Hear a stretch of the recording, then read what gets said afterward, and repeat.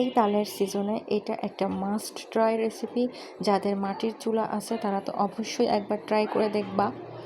এইটা সচরাচর যে তালের পিঠাগুলো তোমরা খাও তার থেকে একদম ভিন্ন, আর এটার স্বাদে 100-তে 100। এখানে নারকেল আর চিনি ভালো করে মিশিয়ে নিয়ে এর মধ্যে পরিমাপ মতো তাল দিয়ে দিব।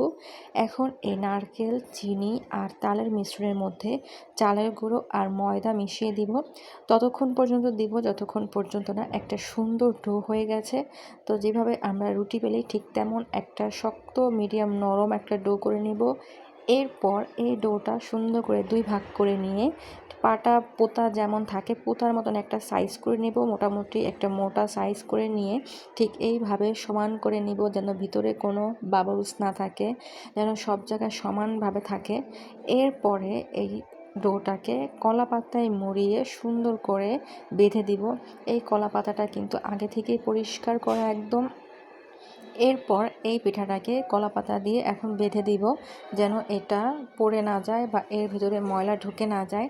এই পিঠাটাকে কিন্তু আমরা আগুনের চুলায় আজকে পোড়াবো, মাটির চুলাতে দিব, কারণ এইটার মেইন রেসিপি হচ্ছে এইটা। আসল মজা এখানে। এটার যে পোড়া একটা স্মেল আসবে তালের, একদম পাগল হয়ে যাওয়ার মতন। এখানে আমাদের 2টা ডো একদম রেডি। এখন এটাকে লাকড়ি চুলায় দিয়ে দিব।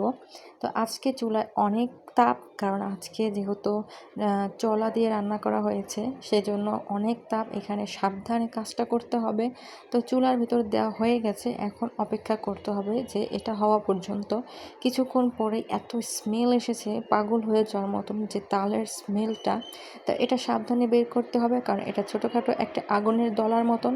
তো এখন সুন্দর একটা কাপড়, পরিষ্কার কাপড় দিয়ে পরিষ্কার করে এখন এটাকে আমরা খাবো। এটা কিন্তু মারাত্মক মজা খেতে।